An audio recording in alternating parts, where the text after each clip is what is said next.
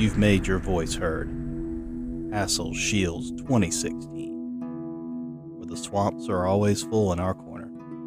The Northeast corner. The NENC is we.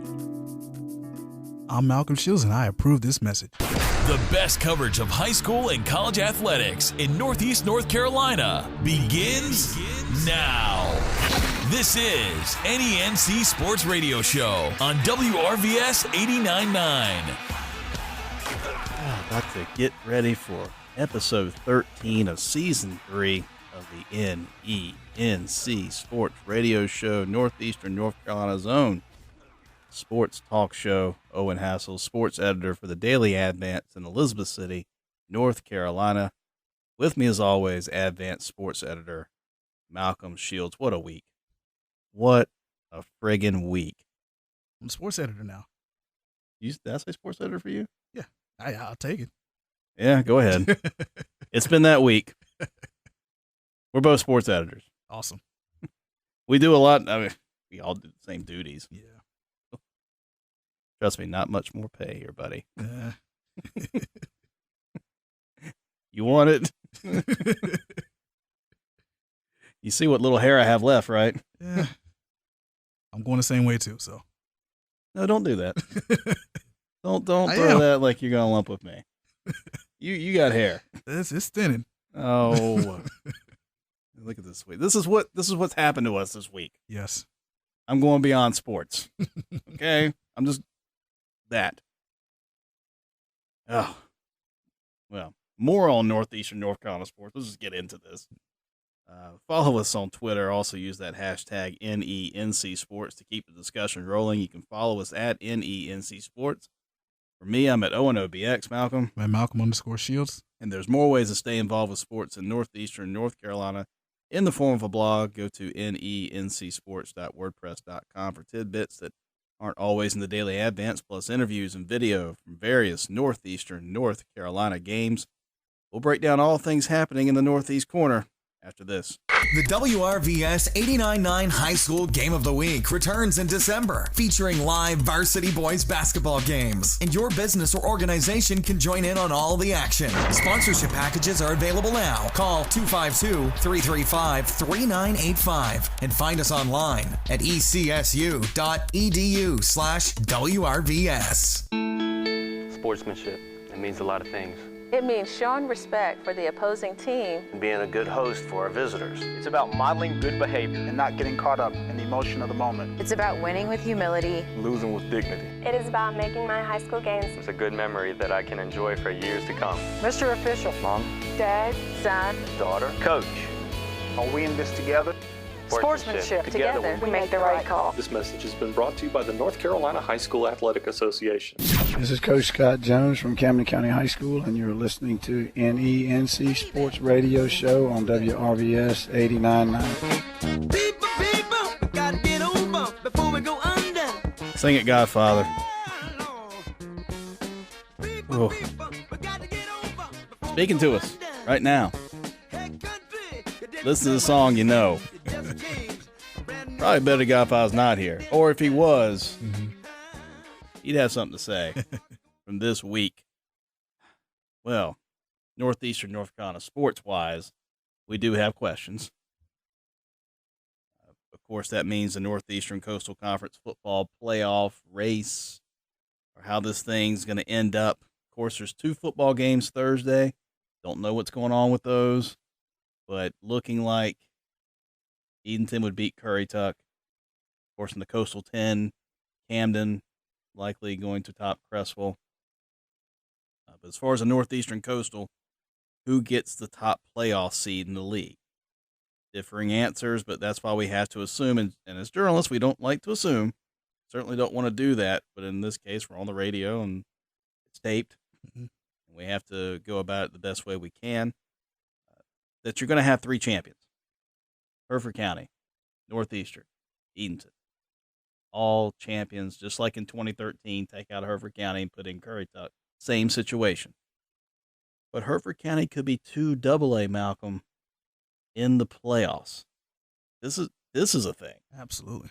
Hereford County now, the ADMs are 8, 8:30. 8:39. 8:39, and right now that is right as the line gets.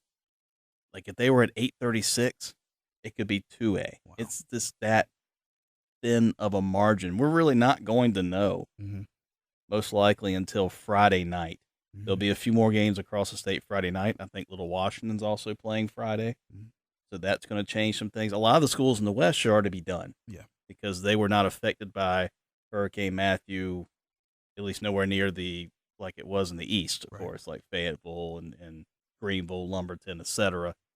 So a lot of those teams probably just have the week off. Of course, a number of schools in this area have the week off, and Northeastern being one of them. So you could have, you will, I'll call it, it's not a hard call to make, 100% of the precincts reporting. 3 champions, but if Hereford County is 2AA, this draw that will be done, actually it's already done, it was done Wednesday. Okay. We just don't know who got the luck of the draw. We'll not know until late Thursday night at the earliest. But if Hereford County is 2AA, this draw doesn't really mean anything. Because Hereford County would get the league's top seed for the 2AA playoffs. We know Northeastern will be small, even though they're kind of close. But they're about a 30-student difference. You've got your sheet there with Northeastern. Where are they at in the ADMs? Northeastern's at 819. Now, to refresh people, the ADMs, average daily memberships, these are numbers that come out every year that the state brings out. They came out Thursday or Friday of last week. I want to say Thursday of last week. Right, and a little bit later than normal, it seems, this year. Don't know why. It's from the State Department of Education, so it's not just the High School Athletic Association. They get these numbers from a source higher than them, and it determines, of course, who's going to be big or small in the 4 classifications. So this is anybody who does projections like 3 or 4 weeks earlier, it's silly. Yeah, it's silly. It's nice to talk about. We're on a talk show. That's fun. We do have some ideas who's going to be what, like Cresswell. I think they're going to be in the small one. Yeah. Double-digit students. Yeah. But they get to the small one. So we know some things. Eatonton, we always joke they're the 1.5A because they barely have 600 students. One thing neat about it, Eatonton and Camden, what's the difference in students? 1. Camden has 607, and Eatonton has 606. So, Bruin fans, I want to see you all upset that Eatonton's going to be in your conference next year because you got more students. All right? Now, if somebody gets sick, that's y'all's fault. This is going to be tied. All right? Well, the student will come back, I'm sure. But if you get a couple students hurt, that's going to happen. Otherwise, you're right there with them. So, that is that. ADMs are fun to look at, aren't they? Yes. Numbers. Yes. I like looking at just everybody. Yeah. Just like, wow, look. Because they put them in alphabetical order. So you'll go from like Ardrey Kell or some school in Charlotte, and then you'll see Cresswell. Right. 3,500, Cresswell 85. Well, yes. It's just because it's alphabetical. Back again, the Northeastern Coastal playoff situation. If Hereford County's 2AA, they get that top spot for 2AA playoffs, meaning a conference championship berth. We don't know. That would probably be on the low end because of their overall winning percentage against the other conference champions who would be 2AA in the East. 2A would be Eatonton Northeastern. Then you do head-to-head. Matter of fact, I heard that from the state itself. At first, I thought if Eatonton got the draw, they would get it. I thought, that wouldn't be right. At that point, you only have 2 teams. You got to go with head-to-head, and sure enough, that would be the determining factor. So, if Hereford County wins the draw, it's pretty well meaningless if they're 2AA. If they're 2A, it's interesting. Yep. Now follow me. I'm going to try to do this. I haven't written it down. It's in my head. It's in my head. Hereford County would get the top spot because of the draw in 2A. Then you have Northeastern Eatonton. Head-to-head doesn't matter because, once again, what's the term? Winning percentage. Winning percentage, yes. That's what it is. Do we like it? Not really, but that's what it is. Eatonton and Northeastern have the same winning percentage. We'll both have 2 losses this year, but Northeastern gets the head-to-head, so My only thinking is they will probably give Northeastern a nod. Mm-hmm. Like, say, for example, Northeastern would be like a 5. Mm-hmm. Eatonton would probably be a 6. They would probably do something like that just to give that nod to head-to-head, even though otherwise that would not matter because you're not a conference champion. That would be the Hertford County part of it. If Northeastern gets the draw, well, it's pretty sweet. And again, I'm assuming these are assumptions that Hertford County would be small. We're doing it like that because once again, if Hertford County's big, the draw just is whatever. You got to do it just in case. Northeastern, of course, would be the top seed from the conference. Eatonton would get a better seed than Hertford County because winning percentage. All right, that is really it's just there. Yep. So easy, taking candy from a baby. Yep. So Eatonton would be second, Hertford County third as far as just where they fall from the conference. If Eatonton wins a draw, that's something.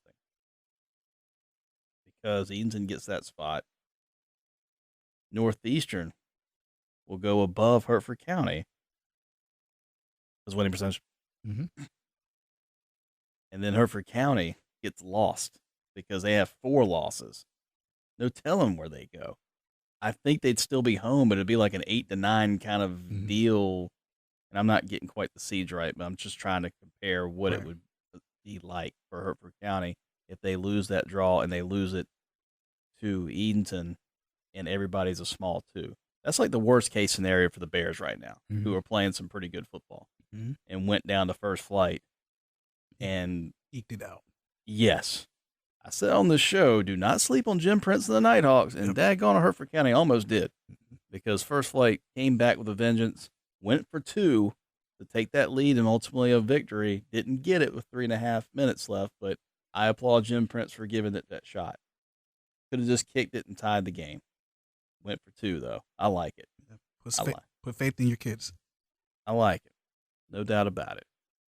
So, Hertford County secured their part of the conference championship. Northeastern secured its part of the conference championship by just, you explain. Yeah. You were there. Yeah. It was pretty much over the first few minutes of the game. Northeastern got the opening kickoff, drove down the field, and first play offensively for Currituck, they fumble, and into the end zone the Eagles go, and it was kind of a real long first quarter, maybe close to 35, 45 minutes for that first quarter to finally end. But, Northeastern took care of business and got, 51-0 went over the Knights. Yeah. That was what that was. That was about everything we expected it to be because I really felt that Currituck was going to put all of its emotion, all of it out there against First Flight. And for a while it did, and then it was just too much First Flight, and you just saw the heads drop, and the turnovers kept on coming. And it's just been a difficult year for the Knights. About the understatement of the year. Mm-hmm. And you almost hate the fact that they have to play Eatonton in a game that's meaningless. Yeah. Except for a gate. You hope Eatonton brings fans, make a few dollars off of it, because this game would have meant more playing it on Halloween than it does now. However, that would have been playing too many games in a row. You understood, or 3 games like in a week. So you understood why you moved it. You had the chance to, you did. So unfortunately now it doesn't have any type of, for Eatonton, you got to win it, of course, but come on. Who's kidding who? Right? You never know. That's why they play the game. But. Right. Well, Trump's our friggin' president. So, I think we got through all the draws. I think we did that. I got through that. Coastal 10 football. It's just been crazy how this has worked out for Camden the past few weeks. Camden is an unfortunate. They are getting shafted because of this playoff system, and I'll tell you why. If you're not a conference champion, what do we say? Winning percentage. And after beating Crestville, Camden will be 5-6.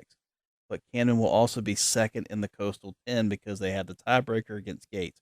Now, before, being second in the conference might very likely get you a home playoff berth. It would get you a home playoff berth. It did for Camden the last couple of years. Camden's been second in this conference at least the last 3 years. And this year, though, because of this new playoff situation, 5 and 6, and they're in the 1AA, very likely 1AA. I don't see why not. They're going to be on the road. I don't see any other way they're home. Last year, they'd be home. And it's a bit of a shame, though, for a team that's playing some pretty good football and just loads of confidence. Obviously, they took care of Mad Mesquite 74-24. And will win 4 in a row going into the postseason. I'd hate to play them in the playoffs. I really would. You're gonna host a Camden team that is running the option now, finally the way Scott Jones envisioned it. It took a while. It takes a while. You don't learn that overnight. I thought they would adapt faster than they did. It was a combination of not doing that and playing that tough schedule early that just it pushed them down to the next to nothing. But at 1 and 6, kept fighting, kept scrapping, saying something good's going to happen. Something has to happen. And it has. To go to Burquemine, to go to Gates. They're down 20-0. Yeah. Won that game. Back-to-back weeks, starting with Perquimans. They were down late in that game. It looked like Perquimans was about to lock it up, and then they get a penalty, and Camden does their magic. You underestimated Scott Jones. I did. Yes, you did. Guilty as charged. Yeah, you did that. Yes, I and did. you made me do it. That's the reason why I did. You made me do it. Blame Malcolm. Yeah, absolutely. I can do that. You're the sports editor now. I can do that. Yes, I am. Scott's looking like roses now. Yeah. For what Camden's been able to do. So, Camden football, unfortunate situation with that because it's Thursday, the last home game. And the 1AA playoffs are always going to be the tougher of the two. There's some years that the small is tougher than the big, though. There's been some years in 2A where you could say that. 1A, it's been pretty easy to say 1AA is tougher. The 1A East is just downright. That's where I think Perquimans could sneak up on teams. If Perquimans gets to the third round of the 1A playoffs, do not be surprised. They are down in ADM now to what, like 494? 494, yep. Wow. And last year they were 1AA. They've been 1AA since I can remember. They're going to be 1A. That's just about a lock. And they will be hosting, most likely. They have a winning record. The 1A East is weak. You got Plymouth. That's why Plymouth just keeps dominating with their 330 or whatever they have now. Yep. Put the Plymouth and Cresswell together would still be a small one for the playoffs. Yeah. Come on, Washington County, make it happen. Build a nice school out in Roper. Put them together. They'll love each other. It's okay. Build a school that people are going to just say, hey, that's a nice looking school right out there, all 64. And you build it in Roper, so no one's really upset from Cresswell. No one's really upset from Plymouth. It's in the middle, just about the middle. This isn't difficult. It really is not. Would it be a two-name school like Aiden-Griffin? Cresswell, Plymouth, that doesn't. No. It doesn't really roll off the tongue. I think you just call it Roper. They call it Roper High School. Mm-hmm. If Sean Walker Sr.'s listening, Grambling men's coach, who was obviously at one time at ECSU, he would approve of this. Mm-hmm. He is a Roper. He'll be the first to tell you, Owen, I am from Roper, North Carolina. I'm not from Plymouth, even though he played for Plymouth, of course. I am from Roper. Do not get it confused. No, sir, I will not. That's what they got to do with that. But Plymouth, of course, will be home. Gates will be home, even though Camden beat Gates. Gates going to be home because they will finish 7-3. There's some forfeits in there that's confusing, where one they maybe didn't take, but either way, they've got at least 7 victories. And I think 7-4. That's right, because lost to Plymouth, of course, for that conference championship. So Plymouth was again conference champion. 7-4. They're getting a home berth, and Camden's not. These playoff discrepancies, I knew this stuff was going to show up. I knew it. It was going to happen. This is supposed to be an experimental year, which is stupid. because next year you go into realignment. It's a whole new ball game then with schools in different classifications. So what you learned this year doesn't mean jack squat for next year. Why do it? This is a lame duck year. I think I've said that a few times. I don't care. I'll say it again. I just did. Moving on to Little City State, because they had a football game. Yes. Last Saturday at Bowie State. Now, we were riding that train, choo-choo, all the way up to Maryland. Yep. What the heck? Bowie State lost to Union, Virginia Union. ECSU beat Virginia Union. That's a little something to think about. Obviously, a lot of confidence. The Fighting Ernest Wilsons are having a chance to be 6-4 with a win. Even if Virginia State does its part and knocks ECSU out of contention, at least they could say you finished the first year with a winning freaking record, which is enough to give Ernest Wilson like a $500 raise. Yes. Something. Yes. It's just something you give him. You got to do it. You got to give it to the guy. Whether you like the 2-32 stuff or not, it's over with now. He's been able to prove himself with not much. And he'll make sure to tell you, I teach all these hours too. Well, okay, fine. Throw that in there. Throw all the excuses in there. You're still able to win games. Good. But lost. And lost badly. Yeah. Does that leave does that hurt going into next year? Is that going to somewhat sour what happened this season? I think you got to think in terms of how it was last year, where they just kind of tanked the last few games of the season in division play, and they actually had something to play for, which, talking to some of the players after the game against Union for the home finale, they were just excited just to be in that position. So I think from ECSU's perspective, yeah, it's a downer that they lost the way they did, but I guess you kind of feel that they got a little momentum going towards the future with a lot of guys, younger guys who were on the team, also making the All-CIA team as well. Of course, there's all CIAA guys. First team, Malcolm Cherry. Yes, defensive back, and Victor Tabbs at tight end. Senior Brian Wells, second team offensive lineman, along with Jarrell Timmons, Daquan Neal, and Micah Cooper made the honorable mention team. Still a lot to be. We said 3 wins before the year started, and I thought I was being nice. Right. A lot of people probably thought I was being nice. When you give them 3 wins, that's nice of you.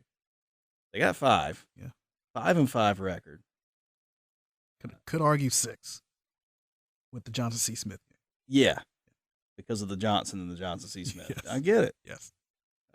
It could have been 6-4 very easily. But of course, you can always flip that stuff around. What about Union that led early and you lose that? Mm-hmm. So you play that game, you kind of say, okay, here's where we are. That's it. Mm-hmm. Let's not do too many scenarios here. 5-5, the end. No one expected it. 5-5 in my book is a winning record for this team. It's a winning record. And what that does for recruiting, what that does to increase the profile, to show that at the start of the year, we felt like Coach Ernest Wilson was talking so much about his other experiences. He felt like he was still campaigning for his job. Like he believed he had to keep telling people these different things because it had to override the 2-32 talk. I could understand that. Mm-hmm. But we never said he was some type of bad coach. It was the record of the past 3 years. It goes in the sense you are your record. But we knew it was just going to be a matter of time to see what happens this year. The time would tell this season if this team started tanking early, like you saw with Coach Waverly Tiller the last couple of years. Those types of signs that you just don't want to see.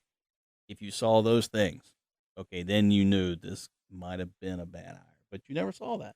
You never. I'm asking you. You were there. I never saw it, but after the Virginia State game, you probably were thinking, well, maybe here they go again. They get down. They were close at halftime against the Trojans, and then they run off, consecutive points. And give them credit, they came back and rallied back. They still lost, but you kind of thought, okay, it looks like same old. And then that Chowan game, the way they got breaks and beat Chowan, who was the hot team in the CIAA Northern Division. Then you kind of saw the tide turning, and then they beat Union. So, a lot of positive steps for the football team. And you got Daquan Neal back. Yeah. To me, he's a game changer. Mm-hmm. He's a guy that could be in talk, some consideration for CIAA Player of the Year next year if he puts in the work in the offseason, and he could do that. he could be in that conversation. He truly does have the physical tools. Can he make the next step in terms of being more consistent as the quarterback? That's going to be the biggest thing for him. Right. And you would like to think with Ernest Wilson having him for another year, that should happen. Right. This is his thing, working with quarterbacks, right? He coached Peyton Manning. Why are you smiling? Killing me. He said it on the show. Yes, he did. Ask him about it. We didn't go into the details of it. He said it on the show. So we go from ECSU football. Now we're going into basketball, of course. Women's basketball played a little exhibition in Chapel Hill at Carmichael Arena. It's hard for me to say arena because it was always auditorium, but I know why they made the change. As expected, of course, 115-51. You were there. Go for it. Like you said, it's kind of what you expected. When you're playing a ACC opponent, the talent disparity is going to be there in terms of size, and Carolina had it. And give the ECSU women credit. They fell down 7-0 and made it 7-5. And Jasmine Nixon, local girl here in Elizabeth City, scores the first basket for the Lady Vikings. But it's a team that seems like it's still starting to come together. Coach John Hill, he said when he got the job in late September, basically everybody kind of showed up, and he's still trying to learn girls and who works well with in different positions.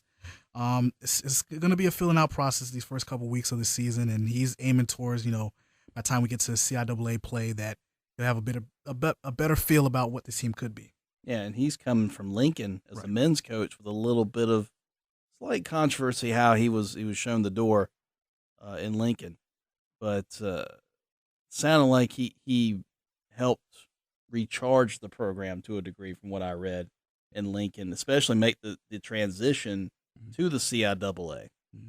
You have to give them some credit there where credit's due. Probably just sometimes you get upset with the wrong people. Yeah. It just happens. This administration or someone new comes in that's your boss, and there's going to be some friction. We don't know the details of it. That's just some of the ideas that possibly led to him not being at Lincoln anymore, and end up being a last-minute really hire at ECSU because LaQuanda Dawkins and what happened there. We know this was the reason why they played at UNC. LaQuanda Dawkins, a former player for Coach Sylvia Hatchell and the Lady Tar Heels. We knew that was the whole reason behind it, them going there. I would venture to think some of the ECSU women had to love the experience of playing there. Yeah, they just like being there. I mean, I believe they got their Sunday, and they got to go and have a little practice there, and they got to look around. And, I guess the hotel that they stayed at, they had, memorabilia, all around about Carolina basketball. So it seemed like a lot of girls, they enjoyed their time. They got to stay the night before? That's what UNC treated them well.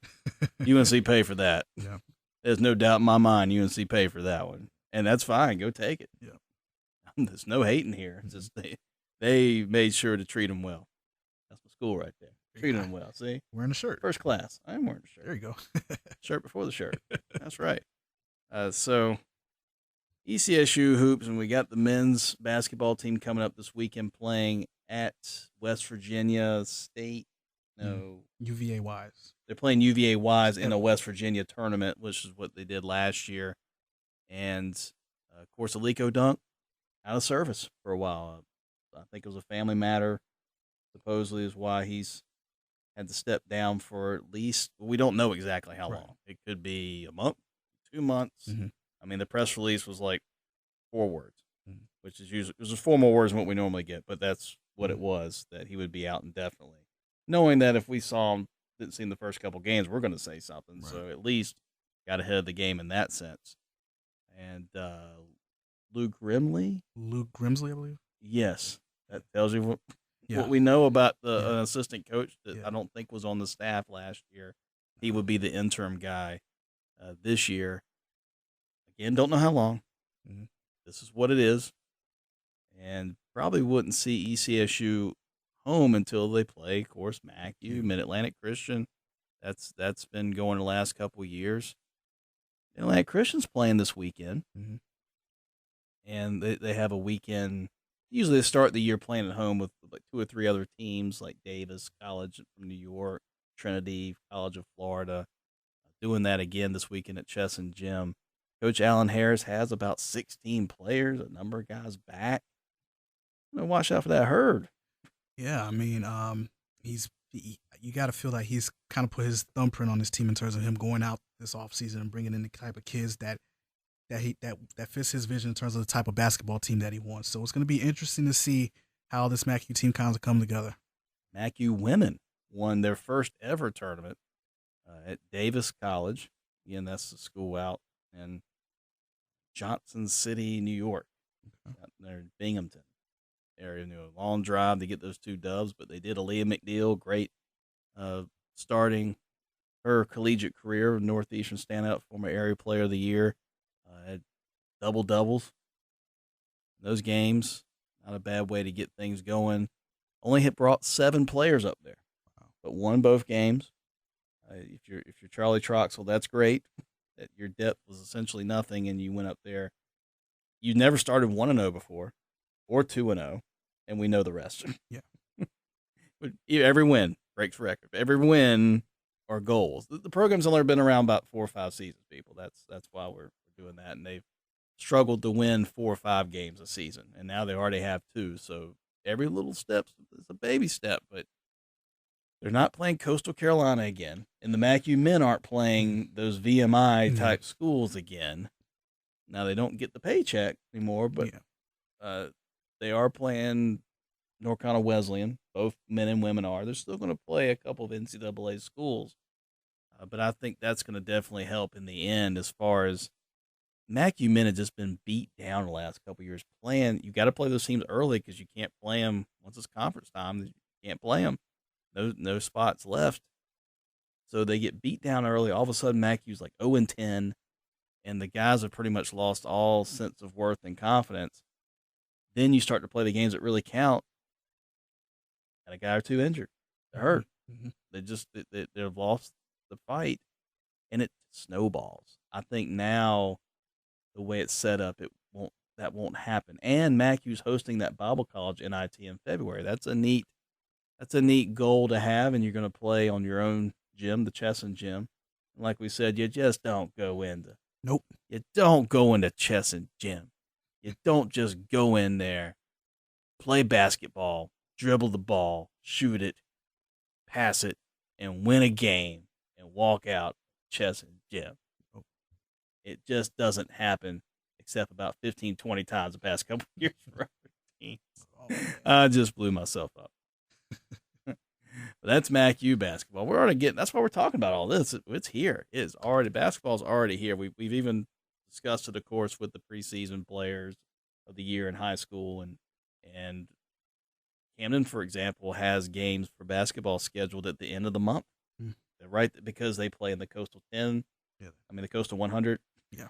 So they got so many conference games. They got to start it. They start with conference, for gosh sake. It's going to be so much better when the Albemarle Conference is put together, 2 6-team leagues, but we've been through that as well. So, yeah, I've said tough week because this campaign was just whatever side you're on with that. Unbelievably brutal. Just got to heal as a country. That's it. That's all there is to it. We got to find some extra love. I'm not going to I'm looking at the man in the mirror. I mean, all of us got to say, we got to love each other a little more. We got to get across that aisle. We've got to say, this country is better and will be better. It doesn't matter if you're Hillary or Trump. You knew it was going to be something crazy no matter who got this gig. Mm-hmm. And we've got to do better. All of us. I'm putting myself on blast, just like everybody. It was hard to see how this broke down. Yeah. Just the nature of it. Yeah, I mean, you watch it and you watch all the polls and you think these guys, they put their livelihood in, putting out these estimates and who's going to win, and then when election night comes around, it's completely none of that mattered. 180, so none of that mattered. Yeah. I think what hurt me, what was tough for me to do on Wednesday was to go see my grandmother 89 years old, lives in Edenton, still works a few days a week, very independent, has been a staunch, just a huge advocate for women's rights, has been president of different women's organizations, a state president in the past, to go to her house and tell her, I'm sorry, because this isn't who we are. And that hurt. It really hurt. And I wanted this for you, for my mother. They are my heroes, both of them. And it's not indicative of who we are. And it was tough for her to say. She just sat back and said, I just don't think the country will vote a woman president. Mm-hmm. It was hard for her to say, I know, just like it was hard for me to hear. And to talk to my mother about it and how it hurts. But through that pain, there's tomorrow, and we can move forward. We have to move forward. I can't stress how much we have to move forward as a country, because every time an election is decided, you have to bring the country back together, right? Because there's some divide. I think all of us underestimated the divide that really is in this country. Yeah, underestimated it big time. It's that part got to me as well. There's that type of divide in this country. I'm not choosing a side here. I'm just saying in general what it is. And we're going to emerge stronger. I have that belief as an American.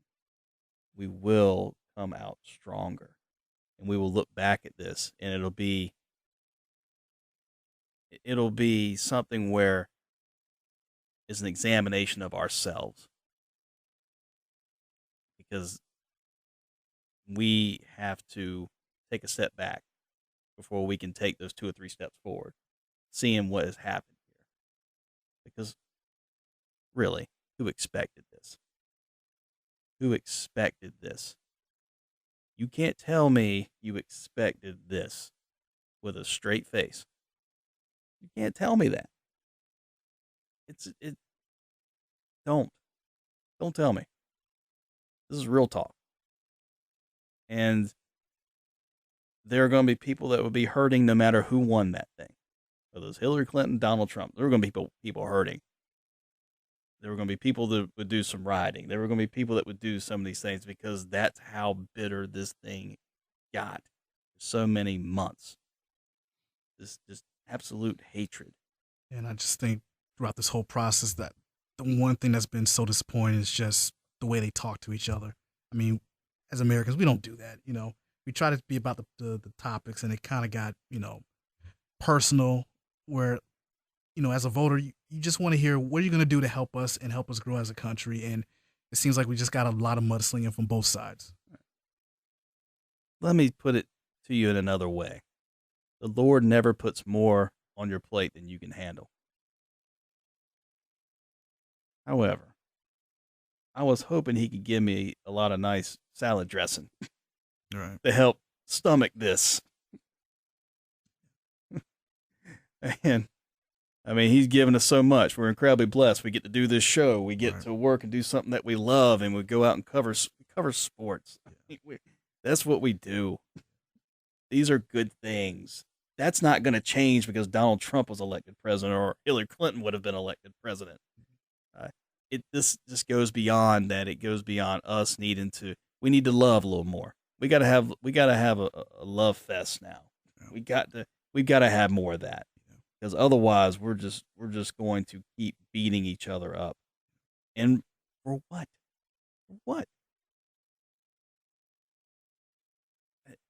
I mean, it is hard to you can't really overlook the fact that you've got someone who's a president-elect who has said what he has said and done what he has done.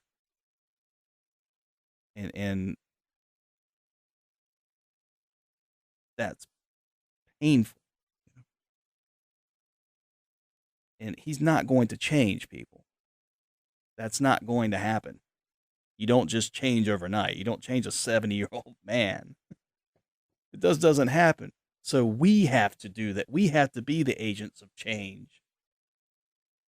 We have to see what we're doing wrong as a country and get better. Every single one of us. Discover graduate education at Elizabeth City State University. ECSU currently offers 4 graduate degree programs: elementary education, biological sciences, school administration, and mathematics. To learn more, contact the Office of Graduate Education at 252-335-3947 or online at ecsu.edu.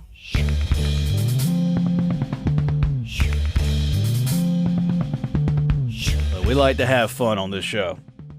There's just sometimes. We got to be as real can be. If you don't like it, fine. That means you care enough that you're listening to the show. Same thing we say with the newspaper.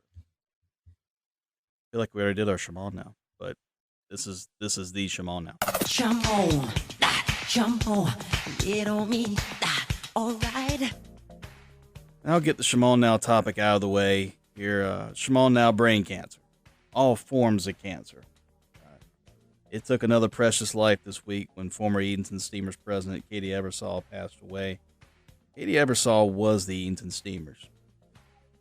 And I could end it right there. She put her heart and soul into every element of this team from 1999 to 2011. She still helped even when she stepped down as president until she got the first diagnosis in 2014. She was all about the Edenton Steamers, didn't get paid a dime for any of it. She ran a fitness center with her husband, helped run Waterman's Grill downtown Edenton. She was busy. She got it all done. She was a mover and shaker, just an incredible personality, just always positive, always saying, you're important right now, even though I've got all this going on. Talking to somebody. You felt that with her. That's a special trait. I wish I had it. A lot of us could use it. There's just a few people in the world that have that. She was one of those people. They named an award, the Katie Ebersol Heart and Soul Award, after her a few years ago. This is about the best way you can, because you can't repay her for what she did for the team. She saved the team back in 2011. They were having another great season on the field, but the economic crisis, a lot of businesses were backing out of sponsorships because some were getting shut down. They didn't have a lot of money left. Those league dues, let me tell you, they come up quick. She pretty much went up to each person, it seemed, in Chowan County and said, give me something, please. SOS, Save Our Steamers, is what she called the fundraiser. You got $2 on you? Give me $2. Give me $3. Oh, you got 100? Give me that. Whatever. You got 20 cents in your pocket? Give me that 20 cents in your pocket. And got it together just in time. Got things set up for the next season that could buy them some time to reach out to some sponsors, some businesses that might be getting past the economic crisis and improving. And now the team is still around and doing well under new ownership as well. Just a wonderful soul. She was my good friend for a number of years. I mean, when I covered the Outer Banks Daredevils to when I was GM of the Daredevils, she was always an ally, always somebody I could talk to about the league and get a great perspective on. Just, it's hard. This whole week, again, has just been, there are weeks that just test you. And the Lord wants to test you and says, okay, we know you're tough, and I'm going to see how tough you are. And this is just one of those weeks. Memorial service set for Friday at 1 p.m. at Hicks Field. That's the way she wanted, out the ball field for what I think will be a big crowd in Edenton to celebrate her life. Malcolm is these little people. You say in quotes, little people that connect with everybody. That makes America great. That's what makes America great. It's all of us being able to do more of that. We need more of these people. We have to be those people. They're still out there. Just for us, we lost one here. We have to learn. If we can learn, we can be better. Thanks to Katie. We're going to miss you, and we love you, Katie. Alexis Oliver, one of a few athletes in the Northeast corner who signed to play at the college level on Wednesday. The Eatonton senior will play softball at Mount Olive. Let's hear more from the Lady Aces' catcher. Mount Olive softball now, Alexis Oliver for Eatonton. What made you decide on Mount Olive? Well, when I went and toured it, it felt right. It just felt like I was at home. And all the girls and coaches there, they have a wonderful staff. They're really good. What does this mean, having a ceremony like this and your teammates from 3 different sports here, parents, friends, family, the boyfriend, everything? It's just something really big. It's a great opportunity, and everything just came together well, so it just was a really big thing for me. What has Eatonton meant to you? Eatonton is definitely my hometown where I grew up, and they really, from coaches in Eatonton, really just installed everything into me as far as going to go play college softball. Why softball? I mean, you're a 3-sport athlete. Have you thought about other sports, or has softball always been your first love? Softball has always definitely been my drive, and that's been my main sport. I've focused on that ever since I was young, really young. What other schools were you considering, or schools considering you? Tallahassee, Florida, Northern Kentucky, St. Andrews, and that's about it. But you wanted to be kind of close to home? Is that another reason? But not distance, too close. Yeah, distance didn't really matter, but it was kind of like the perfect medium, so it really worked out for the best. Last year, Eatonton softball made that jump. Yeah. I'd say right close to a conference championship. A lot of seniors this year. Currituck's got a lot of seniors. What do you expect this spring? I think it should be a really competitive season between us and Currituck, but I think with all of our seniors, we can have the opportunity to take home conference champs this year. And what will you miss about Eatonton? Definitely everybody knowing everybody, and just our team being so close and everything else. And I want to talk about that Mount Olive cake. Oh, yeah. What was that? Wow. Pretty nice, huh? Who did that? Oh, yeah. Anita Davenport, she did that. She usually does all of our cakes anyway, so. WRVS 89.9 provides training for all students and volunteers interested in radio broadcasting. But without your donations, this radio station will go silent. Let's make a sound today. Now is a great time to give back to public radio. Make a tax-deductible donation by calling 252-335-3985 or online at www.ecsu.edu/WRVS. You know, all of you know, to grow, what to be on. Northeastern North Carolina sports. We're getting into playoff time. That always gets us excited. Mm-hmm.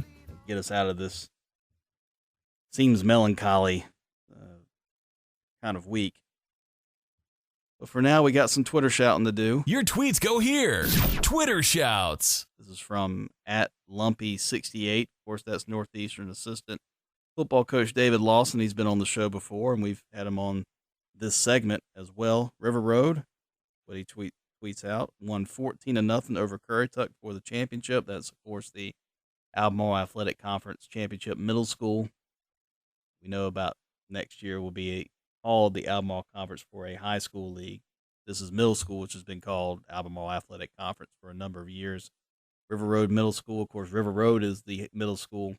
And if you go there, you go to Northeastern, Elizabeth City Middle, Pasquotank. Elizabeth City Middle and Pasquotank are right next to each other. River Road is on River Road, not too far from the Northeastern campus. I've seen a few of these middle school games. They get competitive. River Road and Elizabeth City don't like each other too much. What a surprise. Currituck Middle, this obviously shows that they've got some guys coming up and desperately needed for Currituck High School. Yes. Next couple years, not just Currituck Middle, but Moyotte Middle, because they come together to go to Currituck High School. We encourage all of you to tweet about NENC Sports. Yours might get put on the air. Just post your thoughts or questions. We'll try to answer them use the hashtag NENC Sports. Quick high school update. We don't have predictions because we don't know what to predict. There's no games this Friday. And then the way the high school football season should end, the way this has been with games every day of the week, it seems, that the last regular season games would be on Thursday. Right. That's perfect. Mm-hmm. Just nice and not perfect. That's what that is. Carrboro Volleyball won the 2A state championship. Of course, they got past Currituck in 3 sets for the 2A Eastern Championship to do it. A great run by the Lady Knights. I went to Carrboro, and a great crowd by Carrboro. They had a lot of their students there cheering. They had been so close to getting to the championship. You could feel that electricity, like this is our year. We don't have to deal with South Granville anymore. Thanks to Currituck, they knocked them out, so now we're going to knock Currituck out. It was just a different team. That's a game that you finish up and you don't go, man, if we made this shot here or that, and no, they beat you. That's it. Tip your hat. Yeah, you do that, and no athlete does want to hear it, but you had a great year and you did all. I know a competitive athlete don't want to hear that to a degree, but it's true. It was a great year for Currituck volleyball, and first time a women's sport, a girls' sport at Currituck has been that far in about 20 years. First time ever for Currituck volleyball. It's usually softball that's making those types of runs, or was at least by the mid to late 90s. So just a lot of things good coming out of this. You lose Madeline Duncan. You lose Jordan Reynolds. There are some losses for the team, but you get Cameron Johnson back for 2 more years. That's your hitter. Yeah. And there's a couple of girls coming up through JV that should make an impact as well. Don't be surprised to see Currituck go at least another 4 rounds next year. If they can, then I think they make that next step again, and they're in the Eastern Final. Carrboro will probably be there again. Destiny Cox, I believe, is just a junior. She's a UNC commit and was just putting down bombs. It was just bomb after bomb. That quick note that the backup setter for Carrboro, Sarah Montross, is the daughter of Eric Montross for UNC basketball. Very cool. Got to talk to him after the match. That was pretty neat. Guy that I watched growing up, and I've met him before in Nags Head during a Rams Club event, and I already knew that he was just a very stand-up guy. And, of course, he stood up too much, he'd be touching the clouds. The guy's 7 foot tall, for gosh sakes. A really nice guy, really great to talk to him and share some times of Carolina basketball in the 90s. That was volleyball. That's done for the year. First Flight boys and girls finished top 10 each in the 2A cross-country championships. That was great showing by First Flight all year in cross country. Just absolutely smoked everybody. We saw the numbers when they won the conference title for the boys. It's like they had 11 of the first 13 spots. Just downright dominance, I think. Only, I can't remember the name of the Hertford County runner, and Trevor Farr. That was it for Northeastern. Everybody else.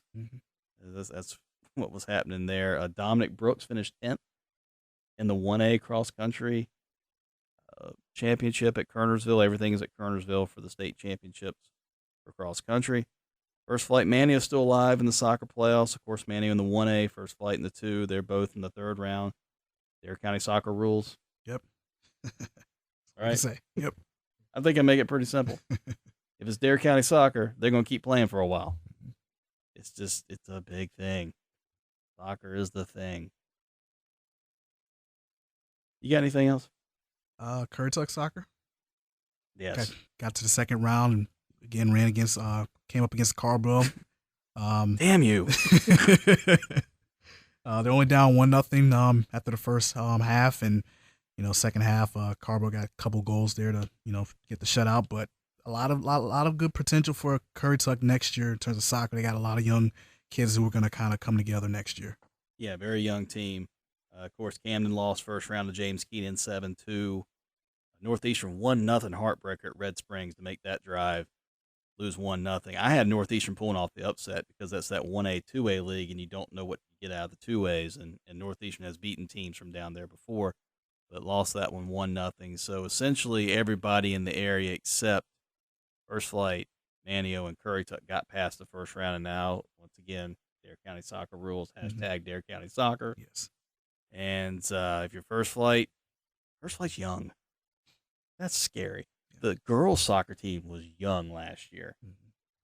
Curry Tuck girls' soccer was young and did well. First Light, even younger. Unfair. Freshmen and sophomores leading that team last year. Unfair.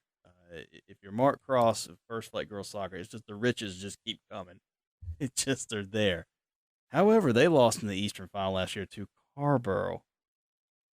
It's just, and you hear Carborough say, "But we're just a small town. You're next to a university that has 20-some thousand people." Not the same rule. Yes. Not the same rule. I saw Carborough High School. Very nice. All right. Not the same. But congratulations nonetheless to Carborough, because they could have beaten 4A schools in that state championship volleyball. Wow. They beat Cardinal Gibbons this year. Yeah. Who beats Cardinal Gibbons? A lot of colleges couldn't say that, but Carborough did. Now we close up shop. Remember to follow us on Twitter at NENC Sports. I'm at ONOBX, Malcolm. I'm at Malcolm_Shields. For the latest sports updates, and pick up a copy of the Daily Advance newspaper. And yes, we almost always go beyond our radio time. Check out YouTube, though. Search for either WRVS 89.9 or NENC Sports. You'll see all the shows from the third season if you need to get caught up on a few. 13 episodes into this thing. We're getting near the halfway point. Yeah. About to get into winter season. We're there. Yeah. Except for football playoffs, which could this year go into like late December. Christmas Day championships. How about it? Well, for Owen Hassel, Malcolm Shields, it's the NENC, and don't you see, athletes live here. NENC Sports Radio Show is produced at the WRVS-FM studios on the campus of Elizabeth City State University.